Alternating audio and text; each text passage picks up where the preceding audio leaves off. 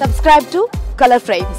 భారత క్రికెట్ నియంత్రణ మండలి 2025-26 ఏడాదికి గాను ఆటగాళ్ల సెంట్రల్ కాంట్రాక్టు జాబితాను త్వరలోనే ప్రకటించే అవకాశం ఉంది.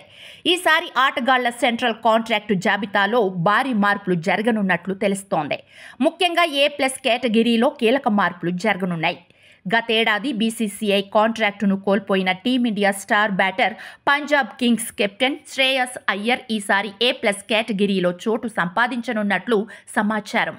అలాగే ప్రస్తుతం ఏ కేటగిరీలో ఉన్న team India opener Gujarat Titans captain Shubman గిల్కు కూడా A+ కేటగిరీలో చోటు దక్కనున్నట్లు తెలుస్తోంది.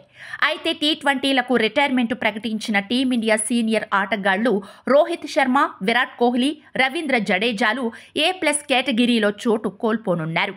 బీసీసీఐ నిబంధనల ప్రకారం ఒక ఆటగాడు A+ కేటగిరీలో కొనసాగాలంటే టెస్టులు, వన్డేలు, T20లు ఇలా 3 ఫార్మాట్లో ఆడాల్సి ఉంటుంది. దీంతో ఈ ముగ్గురు సీనియర్ క్రికెటర్లు కూడా ఏ కేటగిరీలో కాంట్రాక్టులను పొందే అవకాశం ఉంది. అలాగే గతేడాది బీసీసీఐ కాంట్రాక్టుల్లో చోటు దక్కించుకోలేకపోయిన యువ ఆటగాళ్లు ఇషాన్ కిషన్, అభిషేక్ శర్మలకు కూడా ఈ ఏడాది స్థానం కల్పిస్తారని తెలుస్తోంది. Team India opener Chennai Super Kings captain Ruturaj గైక్వాడ్కు ఈ కాంట్రాక్టుల్లో గట్టి ఎదురుదెబ్బ తగిలే అవకాశం ఉన్నట్లుగా తెలుస్తోంది. తాజా సమాచారం ప్రకారం అతడిని సెంట్రల్ కాంట్రాక్టు జాబితా నుంచి తప్పించాలని బీసీసీఐ నిర్ణయించినట్లు సమాచారం. ఎందుకంటే రుతురాజ్ గైక్వాడ్ గత కొంతకాలంగా జాతీయ జట్టుకు దూరంగా ఉంటున్నాడు. అలాగే వచ్చిన అవకాశాలను కూడా పూర్తి స్థాయిలో అందుకోలేకపోయాడు. ఈ క్రమంలోనే అతడిని కాంట్రాక్ట్ నుంచి తప్పించాలని బీసీసీఐ భావిస్తున్నట్లు తెలుస్తోంది. బీసీసీఐ వార్షిక కాంట్రాక్టుల్లో A+ కేటగిరీలో ఉన్న ఆటగాళ్లకు వార్షిక వేతనం కింద ఏటా 7 కోట్ల రూపాయలు దక్కనున్నాయి.